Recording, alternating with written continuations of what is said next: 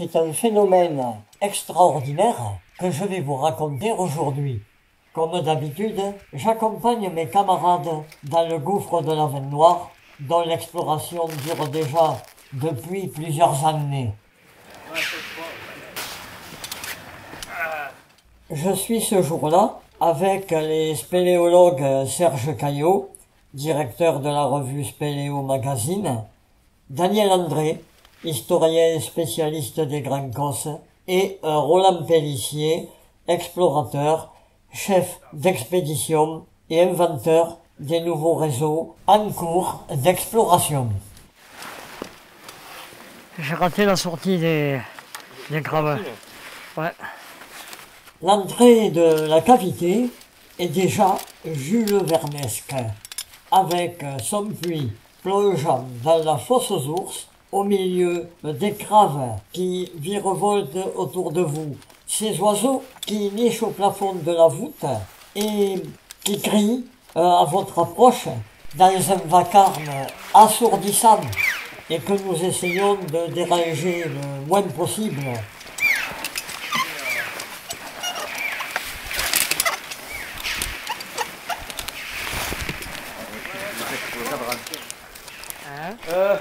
Tu vois qu'il y a un type sur le cadran solaire? Regarde. C'est moi qui tes lampes.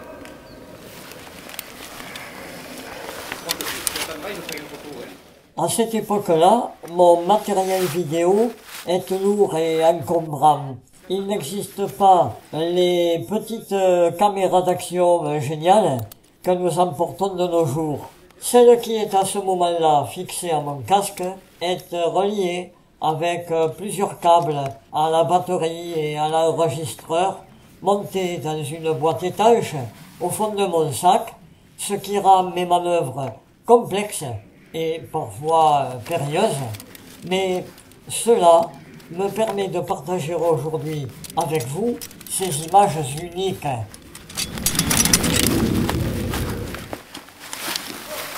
C'est bon?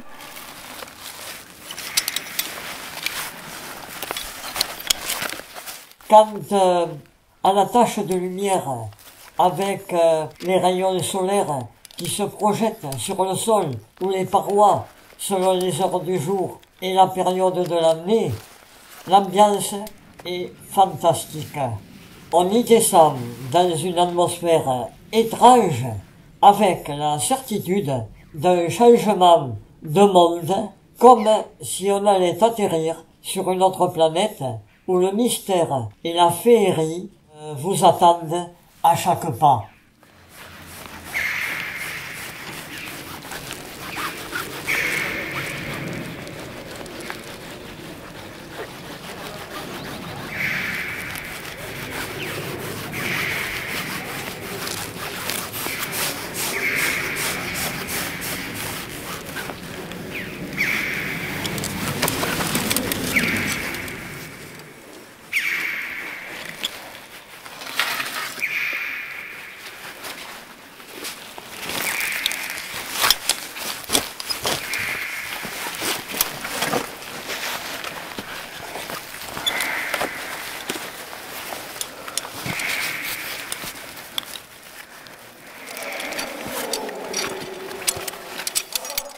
Ce qui est fantastique chaque jour de beau temps au fond de la fosse aux ours, c'est la dimension gigantesque de la chambre noire au fond de laquelle nous nous trouvons un vaste volume dont la voûte est percée par l'oculus du puits d'entrée qui se projette sur la roche environnante comme un prodigieux cadran solaire. J'ai consacré de nombreuses aquarelles à ce phénomène et à son environnement, mais ce que nous allons vivre le 18 septembre 2007 dépasse l'entendement.